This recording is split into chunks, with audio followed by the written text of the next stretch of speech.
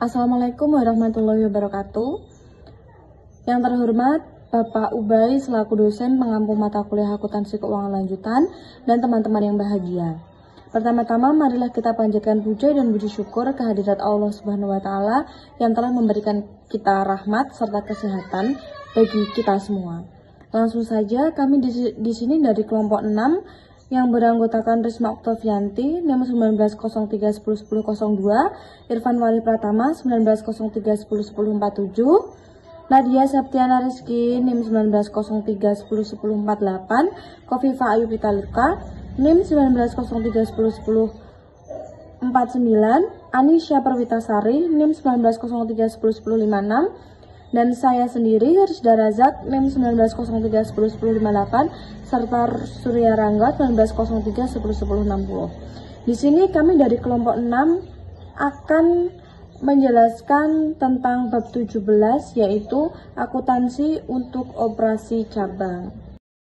Assalamualaikum warahmatullahi wabarakatuh. Saya Kofifa Ayu Pitaloka, NIM 1903101049. Di sini saya akan mempresentasikan atau menjelaskan akuntansi untuk operasi cabang.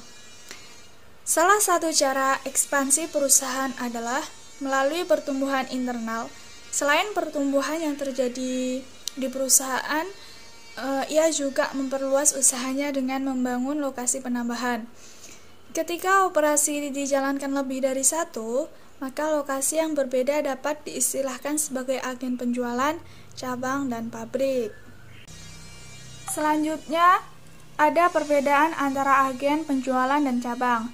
Agen penjualan atau sales agency biasanya tidak beroperasi secara otonom, tetapi bertindak sebagai kantor pusat atau home office. Agen penjualan biasanya memanjang dan mendemonstrasikan contoh produk, menerima pesanan dan mengatur pengiriman, dan agen penjualan tidak menyimpan stok persediaan, pemilihan produk, pengiklanan, pemberian kredit, dan penagihan hutang. Sedangkan kantor cabang sendiri atau branch office itu memiliki otonomi yang lebih luas dan memberikan berbagai layanan yang lebih besar. Kantor cabang menyediakan stok persediaan dan memenuhi pesanan pelanggan dan menjalankan fungsi pemberian kredit secara mandiri. Sistem pengambilan keputusan manajemen dibuat di kantor pusat, dan agen penjualan melakukan operasi rutin dari pengambilan keputusan. Sementara manajer cabang itu hanya memiliki sedikit pilihan, dan manajer kantor cabang dapat beroperasi relatif lebih independen dari kantor pusat. Terima kasih. Assalamualaikum warahmatullahi wabarakatuh. Perkenalkan, nama saya Irfan Wali Pratama dengan NIM 1903101047. Di sini saya akan meneruskan presentasi dari rekan saya. Langsung saja kita ke materinya. Di sini saya akan membawakan tentang akuntansi untuk agen penjualan. Agen penjualan umumnya tidak memiliki sistem akuntansi. Seluruh transaksi terkait dengan agen terkait oleh kantor pusat. Untuk beberapa jenis transaksi, ayat jurnal yang dicatat oleh kantor pusat didasarkan pada dokumen yang dihasilkan agen. Misalnya, kantor pusat mencatat transaksi agen berdasarkan faktur penjualan, catatan gaji, dan dokumen voucher kas kecil yang disediakan oleh agen penjualan. Transaksi lainnya dapat dicatat berdasarkan dokumen sumber lain yang diserahkan pihak eksternal langsung ke kantor pusat. Misalkan perusahaan yang memberikan jasa gas, listrik, air, dan telekomunikasi ke agen dapat mengirim tagihan langsung ke kantor pusat. Kantor pusat umumnya mencatat aset penjualan dan beban tiap secara terpisah, sehingga memungkinkan kantor pusat mengontrol aset dan menyediakan informasi dalam penilaian kinerja tiap agen. Selanjutnya, contoh akuntansi kantor pusat atas agen penjualan PT Cemara, sebuah perusahaan manufaktur struktur modular dan partisi di Jakarta, yang membangun sebuah agen penjualan di Surabaya. Ayat-ayat jurnal untuk mencatat transaksi kas agen penjualan di Pembukaan kantor pusat yaitu ayat jurnal kantor pusat untuk transaksi agen penjualan. Transaksi menyewa tanah untuk fasilitas penjualan. Ayat jurnal dibunkan kantor pusat. Debit sewa dibayar di muka agen Surabaya 50 juta, kredit kas 50 juta. Membangun dan merapikan gedung untuk fasilitas penjualan. Debit leasehold improvement agen Surabaya 80 juta, perabot agen Surabaya 91 juta, peralatan agen Surabaya 16 juta, kredit kas 117 juta. Transfer kas ke agen sebagai dana kas kecil. Debit kas kecil agen Surabaya 2,5 juta, kredit kas 2,5 juta. Transfer persediaan yang akan digunakan untuk contoh di agen. Debit persediaan contoh agen Surabaya 100 juta 35 juta. Kredit kas 135 juta. Membayar tagihan yang diterima kantor pusat atas. Debit beban utilitas agen Surabaya 1.100.000. Debit beban kantor agen Surabaya 800.000. Debit beban asuransi agen Surabaya 2 juta. Debit beban penjualan agen Surabaya 1.400.000. Kredit kas 8 juta. Sekian dari presentasi saya. Mohon maaf kalau ada salah kata. Wassalamualaikum warahmatullahi wabarakatuh. Selanjutnya akan dilanjutkan oleh rekan saya. Assalamualaikum warahmatullahi wabarakatuh. Saya Risma Oktavianti. Di sini akan sedikit membahas mengenai transaksi untuk operasi cabang. Transaksi-transaksi dicatat seperti biasa dan tidak ada perlakuan khusus yang diperlukan. Sebagai tambahan, baik kantor pusat maupun kantor cabang harus mencatat transaksi yang terjadi di antara mereka pada sistem akuntansinya masing-masing. Di sini meskipun kantor pusat dan kantor cabang memiliki masing-masing kantor cabang mengelola pembukuan secara terpisah, namun secara keseluruhan pencatatan akan digabungkan untuk pelaporan eksternal, sehingga laporan keuangan eksternal ini menyajikan perusahaan sebagai entitas ekonomi tunggal. Seperti pada saat menyusun laporan keuangan konsolidasi, menambahkan saldo akun-akun di setiap sistem akuntansi secara sederhana tidak menghasilkan gambaran entitas ekonomi tunggal. Dalam hal ini beberapa eliminasi juga. Untuk yang selanjutnya yaitu secara keseluruhan penyusunan laporan keuangan eksternal untuk perusahaan yang memiliki kantor pusat dan satu kantor cabang, atau lebih cukup mirip dengan penyusunan laporan konsolidasi. Yang pertama, akun-akun antar perusahaan. Transaksi yang terjadi dengan pihak eksternal dicatat dengan cara yang normal seperti biasa. Transaksi antara kantor pusat dan kantor cabang juga dicatat seperti biasa, kecuali bahwa mereka turut mencatat akun-akun antar perusahaan. Akun-akun ini merupakan akun resiprokal antara kantor pusat dan kantor cabang.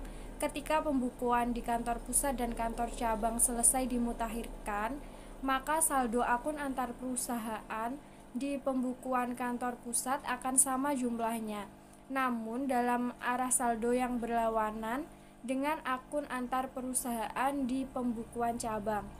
Di sini yang kedua yaitu pendirian cabang.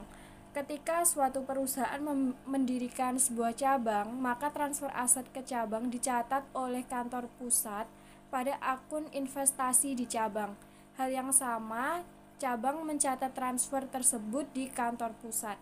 Demikian materi yang dapat saya sampaikan, kurang lebihnya saya mohon maaf. Wassalamualaikum warahmatullahi wabarakatuh.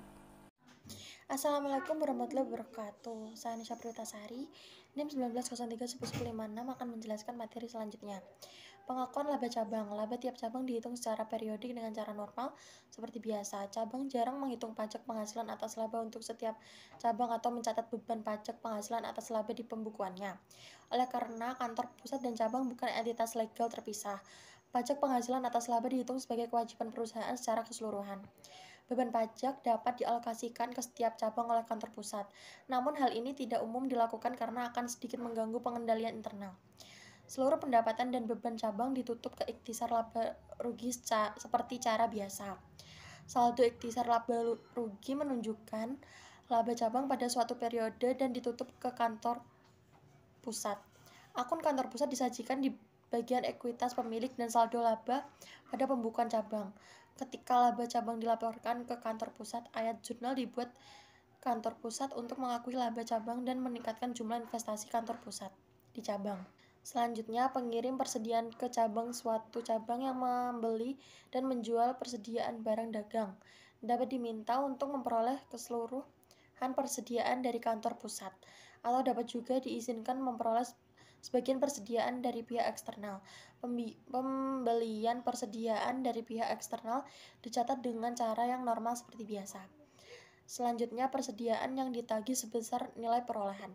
Persediaan yang ditransfer dari kantor pusat dan ditagihkan ke cabang dicatat oleh cabang dengan cara yang sama, seperti jika memperoleh dari pihak eksternal, kecuali dikreditkan ke akun kantor pusat. Transfer persediaan dilakukan oleh kantor pusat dan cabang dengan cara yang sama, seperti transfer aset lainnya, yaitu diasumsikan menggunakan metode persediaan perpetual. Sekian penjelasan dari saya, selanjutnya akan dijelaskan oleh rekan saya. Terima kasih. Selanjutnya ada perbedaan antara agen penjual dan cabang. Perbedaan antara agen penjualan dan cabang sebagian besar terkait dengan tingkat otonomi. Sebuah agen penjualan kadang diistilahkan secara sederhana sebagai agen. Biasanya tidak beroperasi secara otonom, namun bertindak atas nama kantor pusat. Agen penjualan dapat memajang dan mendemonstrasikan contoh produk, menerima pesanan, dan mengatur pengiriman. Kantor cabang biasanya memiliki otonom lebih luas dan memberikan rentang penyediaan jasa yang lebih besar dibandingkan agen penjualan. Walaupun tingkatnya berbeda dengan perusahaan individu, sebuah cabang umumnya menyimpan stok persediaan dan mengarsip pesanan pelanggan. Banyak perusahaan yang beroperasi melalui cabang-cabang. Hampir setiap orang pernah mengunjungi cabang departemen store ternama seperti Matahari atau Sogo. Bank secara khusus telah melakukan perluasan melalui pembukaan jaringan cabang bank secara ekstensif. Beberapa perusahaan manufaktur juga menjalankan bisnis melalui sistem lokasi operasi yang dapat dibandingkan. Biasanya disebut dengan pabrik. Misalnya, PT Indofood menjalankan proses produksi di berbagai pabrik di lokasi Jakarta, Bandung, Medan, Banjarmasin, dan Makassar. Sistem pengambilan keputusan manajemen pada agen penjualan kecil antara lain adalah bahwa keputusan-keputusan dibuat di kantor pusat dan agen penjualan melakukan operasi rutin. Tingkat pengambilan keputusan manajemen cabang biasanya lebih tinggi dibandingkan agen penjualan, namun tingkat yang berbeda antara perusahaan. Sekian presentasi dari saya, selanjutnya akan dilanjutkan oleh rekan saya. Assalamualaikum warahmatullahi wabarakatuh. Perkenalkan, nama saya Nadia Septiana Rizky, NIM 1903-10-1048. Di sini saya akan mempresentasikan tentang akuntansi untuk aset tetap cabang. Tidak ada prosedur khusus yang diperlukan dalam akuntansi untuk pembelian aset tetap cabang ataupun penyusutan setelahnya atas aset tersebut. Sebaliknya, jika aset tetap yang dibeli kantor pusat untuk cabang dan cabang mencatat aset tersebut pada bukunya, maka ayat jurnal perlu dicatat baik oleh kantor pusat maupun kantor cabang. Ketika aset tetap cabang dicatat hanya di buku kantor pusat, tidak ada ayat jurnal yang dicatat oleh cabang saat kantor pusat melakukan pembelian. Selanjutnya, pembagian beban. Pengalokasian beban dapat dibagi menjadi beberapa jenis, yaitu yang pertama, beban yang terjadi di cabang tapi dibayar oleh kantor pusat. Yang kedua, beban yang dikeluarkan oleh kantor pusat atas nama cabang. Yang ketiga, alokasi biaya yang dikeluarkan kantor pusat. Dalam beberapa kasus biaya-biaya ini dapat dialokasikan berdasarkan laba cabang dan dicatat pada pembukuan kantor pusat. Namun seringkali cabang yang mendapat alokasi beban diberitahu tentang jumlah yang dialokasikan. Selanjutnya, laporan keuangan untuk perusahaan secara keseluruhan. Penyusutan laporan keuangan secara keseluruhan umumnya menggunakan kertas kerja untuk membantu menggabungkan akun-akun kantor pusat dan cabang serta mengeliminasi akun-akun antar perusahaan. Jika yang disusun adalah laporan keuangan lengkap, maka kertas kerja tiap bagian seperti yang diilustrasikan pada bab konsolidasi yang dapat digunakan untuk menggabungkan akun-akun kantor pusat dan kantor cabang. Kertas kerja yang digunakan sama dengan kertas kerja konsolidasi kecuali akun kantor pusat menggantikan ekuitas pemegang saham anak perusahaan di kertas kerja. Seperti dalam menyusunan kertas kerja laporan konsolidasi, seluruh eliminasi dibuat di kertas kerja dan bukan di pembukuan terpisah unit yang digabungkan. Sekian presentasi dari saya. Selanjutnya akan dijelaskan oleh rekan saya. Terima kasih. Selanjutnya yaitu ada ilustrasi akuntansi untuk kantor cabang. Di sini PT Ultra Surabaya, Jawa Timur itu distributor peralatan kantor. Nah, ia mendirikan kantor cabang penjualan di Denpasar atau Bali. Kantor pusat menjual baik ke konsumen retail maupun ke cabang Bali dengan laba atas penjualan antar perusahaan yang dialokasikan ke kantor pusat. Nah, asumsi lainnya adalah sebagai berikut. Yang pertama, PT Ultra mendirikan cabang Denpasar pada tahun 1909 dengan mentransfer kas sebesar 30 juta. Sebagai tambahan, kantor pusat juga mentransfer peralatan dan perabotan kantor baru senilai 100 juta ke cabang Denpasar. Selanjutnya, selama tahun 1900-an, kantor pusat dan cabang Denpasar itu membeli persediaan. Nah, masing-masing sebesar 260 juta dan 50 juta dari pihak eksternal. Selama tahun berjalan, kantor pusat mentransfer persediaan ke cabang Denpasar dengan total harga transfer 110 juta.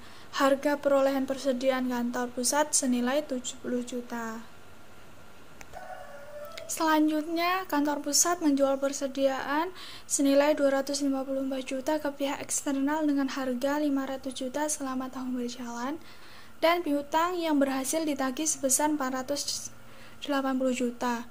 Nah, cabang Denpasar menjual persediaan senilai 128 juta ke pihak eksternal dengan harga 200 juta dan berhasil menagih piutang sebesar 158 juta. Dari jumlah persediaan yang dijual cabang Denpasar sebesar 38 juta dibeli dari pihak eksternal. Selanjutnya, cabang Denpasar mengirimkan kas sebesar 70 juta ke kantor pusat. Selama tahun berjalan, beban operasi yang terjadi di kantor pusat sebesar 133 juta, sementara beban operasi yang terjadi di cabang Denpasar sebesar 34 juta. Kantor pusat membayar utang sebesar 390 juta selama tahun 1990-an, sementara cabang Denpasar membayar utang 77 juta. PT Ultra mengumumkan dan membayar dividen sebesar 50 juta. Pada akhir tahun 1990-an, kantor pusat mencatat menyusun sebesar 30 juta.